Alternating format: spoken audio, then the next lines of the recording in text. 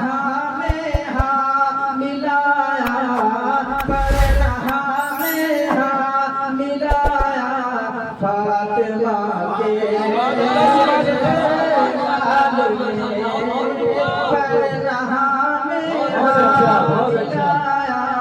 فاطمہ کے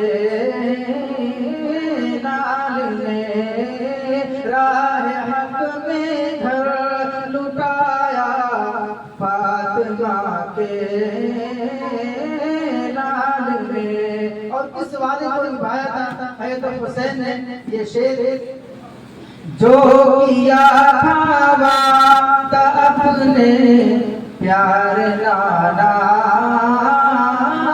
جان سے، جو کیا تھا وعدہ اپنے پیار لالا جان سے، جو کیا تھا وعدہ اپنے پیار لالا جان سے، کربلا میں وہ نبھایا، کربلا میں وہ نبھایا، فاطمہ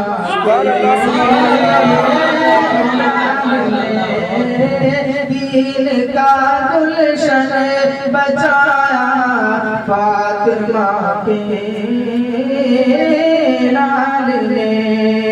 حضرت حسین نے ایک بڑا پیغام چھوڑا جو انہوں نے میرا سامنے نہیں بتایا تھا کہ حضرت حسین نے اپنی زندگی میں کبھی بھی نماز نہیں چھوڑی، ان کی جان پہ آ پڑی تھی۔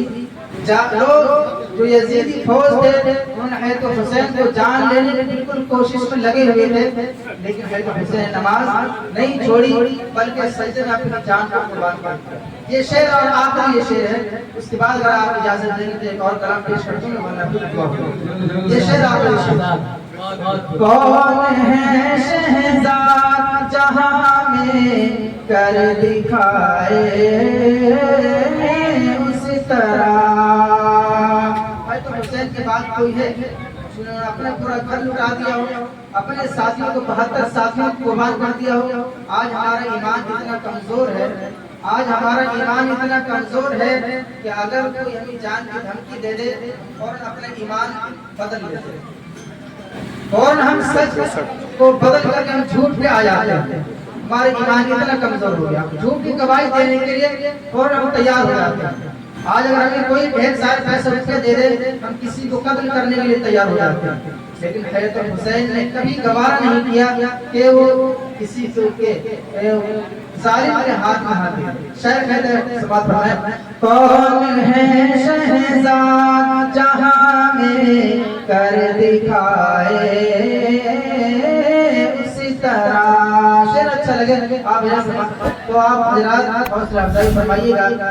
کون ہے شہزاد جہاں میں کر دکھائے اسی طرح، کون ہے شہزاد جہاں میں کر دکھائے اسی طرح، جیسا سجدہ کر دکھایا، جیسا سجدہ کر دکھایا، فاطمہ کے نال نے جیسا سجدہ کر دکھایا، فاطمہ کے نال نے دین کا گلشن بچایا، فاطمہ کے نال نے